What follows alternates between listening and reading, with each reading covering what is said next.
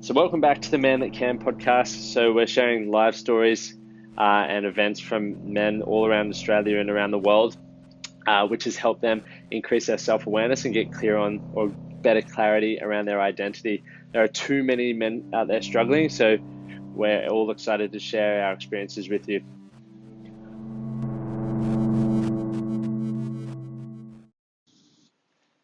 Okay, guys, so welcome back.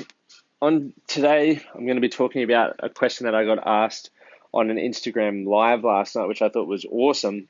And that's, how do you create change when you don't know where to start? I thought that was a fantastic question because, I had that question probably 5 or 6 years ago as well. And at the time, it seemed like such a challenging question to answer. But now to me, it seems so simple. So I hope I can share a few pointers that, really help you guys who are feeling stuck or lost and want to change, but don't really know how to do it, to get that sort of key thing, that one thing that you can walk away with to then start creating change in your life, right? So I think the first thing for me was and I'm just going to use an example, I wanted to change who I was as a person because I didn't like who I was, right? I didn't like the actions that I took, how I treated people, how I showed up in the world. I just didn't feel congruent, but I kept going through the motion and doing these stupid things.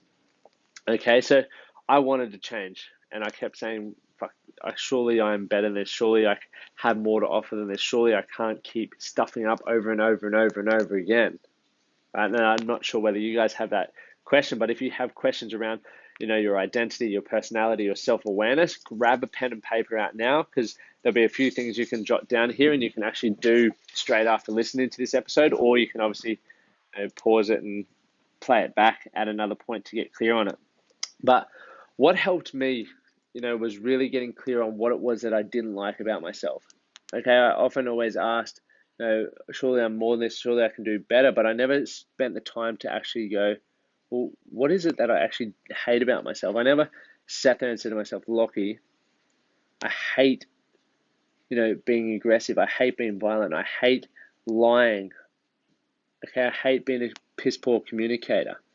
I never took the time to actually identify that, and it's hard to own up to that sort of stuff for yourself. So I think that was one of the first things I had to address, and it's with a lot of my coaching clients. It's one of the first things I make them address, because then once you get clear on that, then we've got a starting point, right? So how does that give us the starting point? It's easy to sit there and go, yeah, okay, well, I don't like that about it, but what do I do to change that? You then want to get clear on what it is you don't like about it. So for me, being aggressive and always responding in an aggressive manner, to me, that caused so many dramas in my life because it didn't allow me to communicate. And because I didn't know how to communicate, that was the only way I could do it. When I was angry, I would respond in aggression. When I was upset, I would respond in aggression. When I didn't know what to say, I'd be aggressive, right? So it was a lack of communication when I said, right, well, why do I keep responding in this way? It's not because I'm necessarily always an angry person, right? That's a result of it. But it's because I didn't know how to communicate my feelings. And that was the only way that I felt comfortable reacting or connecting or communicating with, the tough issues around whether relationship, what's going on in my life. Okay. So that then gave me my start point. I was like, okay, I need to learn how to communicate in a non-aggressive manner. Now, that is a whole new skill in itself. So for me, I started Googling things. I read books around communication. I read books around emotion and understanding your emotions. Okay, so that I could then be like, all right, well, I don't want to be aggressive, but today I'm responding to this in an aggressive manner because it's triggered me. Something they've said has upset me. Why has that upset me? Okay, and then you keep digging up all these things you get to work on, right?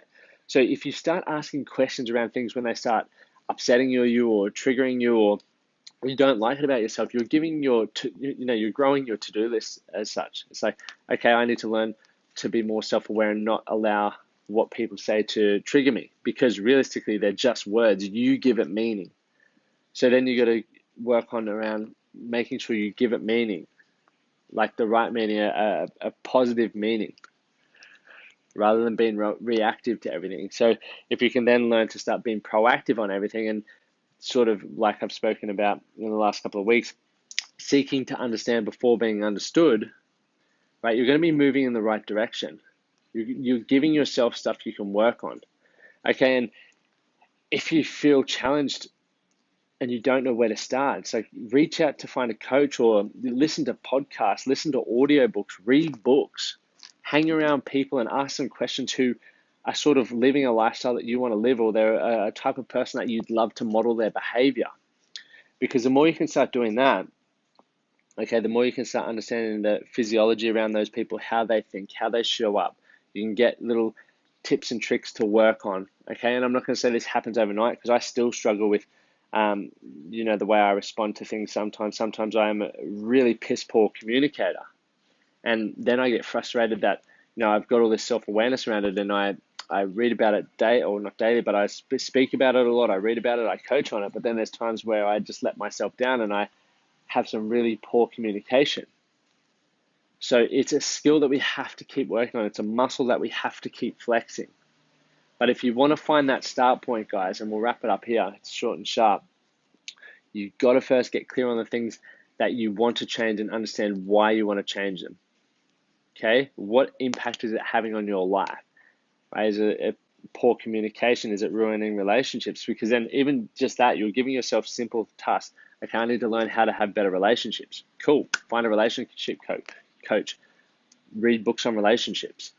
Right? It is simple when you take the time to do it, but it's really confrontational at the start when you actually have to admit to yourself you have flaws.